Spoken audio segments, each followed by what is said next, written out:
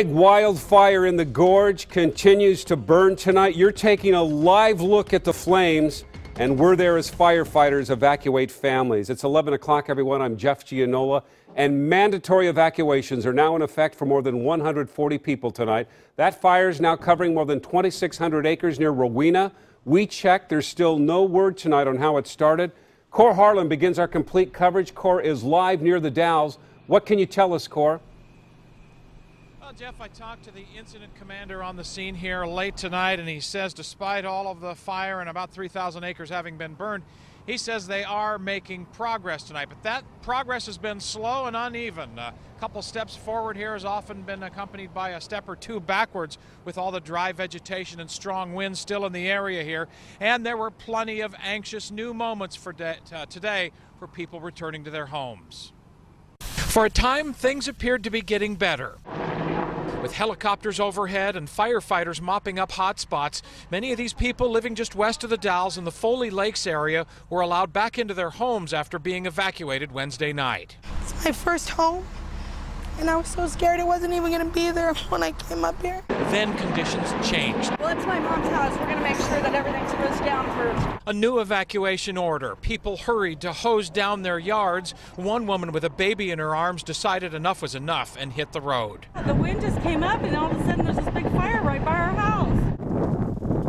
This has been the nature of the fire that has now burned close to 3,000 acres, according to fire managers. Calm 1 minute, pandemonium the next. Within 5 minutes, there was three lines of fire coming up, and within 5 minutes, the biggest one just went up the hill. Some houses were not spared fire damage. This is video we got from Portland Fire and Rescue of crews working to douse flames in this mobile home before they got out of control. And protecting animals and pets hasn't been forgotten either. I asked Kay Pratt how her dogs took to being evacuated and in unfamiliar new surroundings. She says they did not adapt well, so she brought them to Home at Last Animal Shelter in the Dalles, where they're staying for free. We actually gave them Tylenol to help calm them down, but it didn't seem to calm them down too much. So, yeah, it's nice that they can come here. At Thursday night's community meeting at the Dalles High School, I asked Incident Commander John Buckman how it's going. He says he's cautious, but becoming more optimistic as fire crews make progress containing the blaze. The incident management team is trying to button up the back end of the fire. It's got a pretty good line on the south side, but the face above Rowena will take 2 or 3 days of real hard work. All right, we're back here in a live picture looking up on the hillside just south of Interstate 84. You know, Jeff, I've been out here for the last 2 nights now, and a simple observation that I come up with is this.